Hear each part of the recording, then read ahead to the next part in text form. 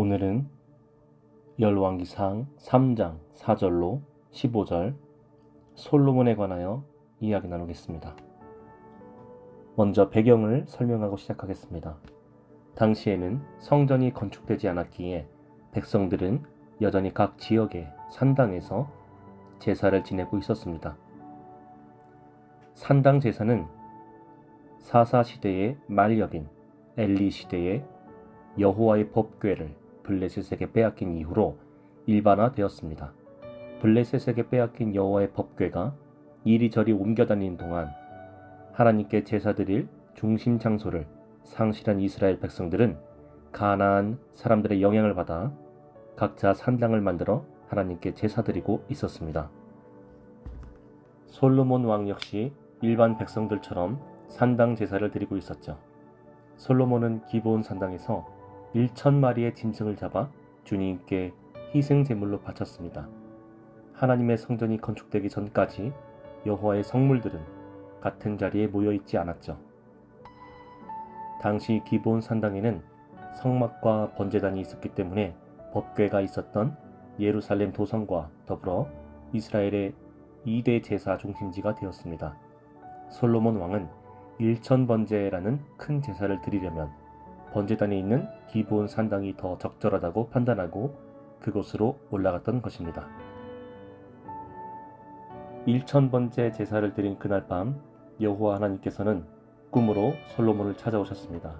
하나님이 사람과 소통하시는 일반적인 방식입니다. 매일매일 하나님을 사랑하며 사모하여 1,000번째 제사까지 드린 솔로몬에게 하나님은 소원을 들어주시려고 하시죠. 그리고는 솔로몬에게 내가 네게 무엇을 해줄꼬 너는 구하라 라고 하십니다. 6절 솔로몬이 꿈속에서 답합니다. 주의 종 내 아버지 다윗이 성실과 공의와 정직한 마음으로 주와 함께 주 앞에서 행함으로 주께서 그에게 큰 은혜를 베푸셨고 주께서 또 그를 위하여 이 큰 은혜를 항상 주사 오늘과 같이 그의 자리에 앉을 아들을 그에게 주셨나이다.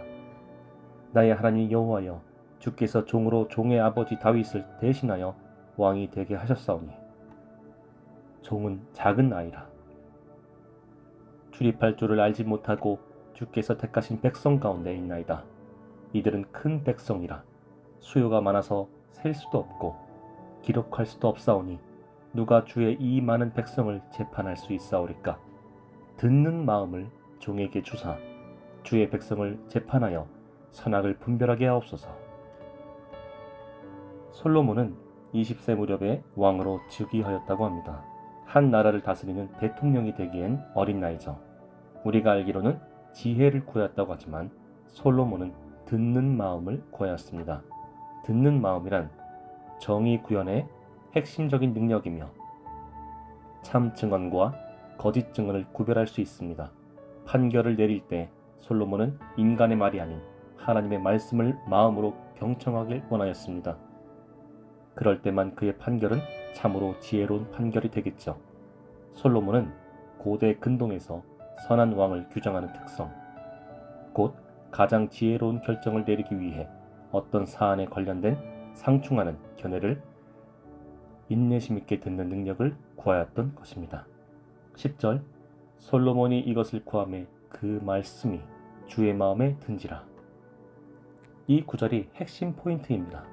하나님의 마음에 든다, 합당하다, 보시기에 좋았더라. 자녀에게 가장 좋은 것으로 주려고 하는 것은 모든 부모님의 마음입니다. 하나님은 왕 중의 왕이시며 만주의 주시죠. 불가능이 없으신 전능하신 유일신이 바로 우리가 아버지라고 부르는 여호와 하나님입니다. 우리가 하나님 눈에 띄기만 하면 그분의 마음에 들기만 하면 자녀된 우리에겐 불가능이란 없을 것입니다. 에녹도 하나님의 마음에 합당한 자였습니다. 그래서 하나님은 에녹이 죽음을 맛보는 것을 원치 않으셔서 바로 하늘로 데리고 가시죠. 노아도 하나님의 마음에 합당한 자였습니다. 그래서 하나님은 악으로 가득 찬 이 땅에 수십억의 인류를 멸하실 때 노아의 가족들만 구원하시어 노아의 가족들로 하여금 다시 후손들을 번성하게 하셨습니다. 솔로몬도 마찬가지였습니다. 어쩜 구하는 게 내 마음에 쏙 들게 구할까? 이게 누구 자식이지? 하시며 너무너무 기뻐하셨습니다. 그래서 듣는 마음뿐 아니라 부와 명예도 주셨습니다. 이 부와 명예는 적당하게 많이 주신 것이 아닙니다. 이전에도 이후에도 솔로몬과 같은 자가 없을 것이다 라고 하시죠.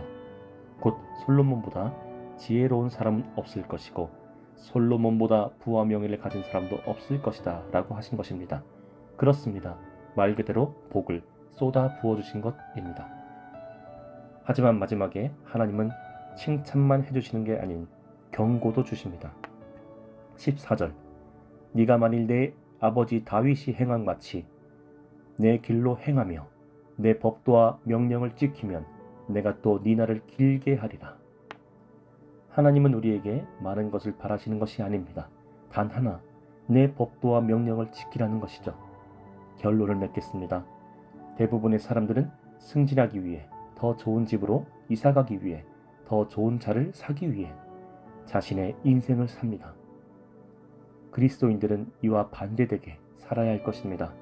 자신에게 주어진 것에 만족하는 삶. 일용할 양식만을 먹으며 산다면 매일매일 순간순간 그 삶이 하나님의 은혜와 역사 안에 산다는 것이 됩니다. 게으르지도 못하게 되며 항상 하나님의 은혜를, 긍휼을 구하게 되는 것이죠. 매일매일 하나님이 주시는 기적을 맛보며 사는 저와 여러분이 되시기를 소망합니다.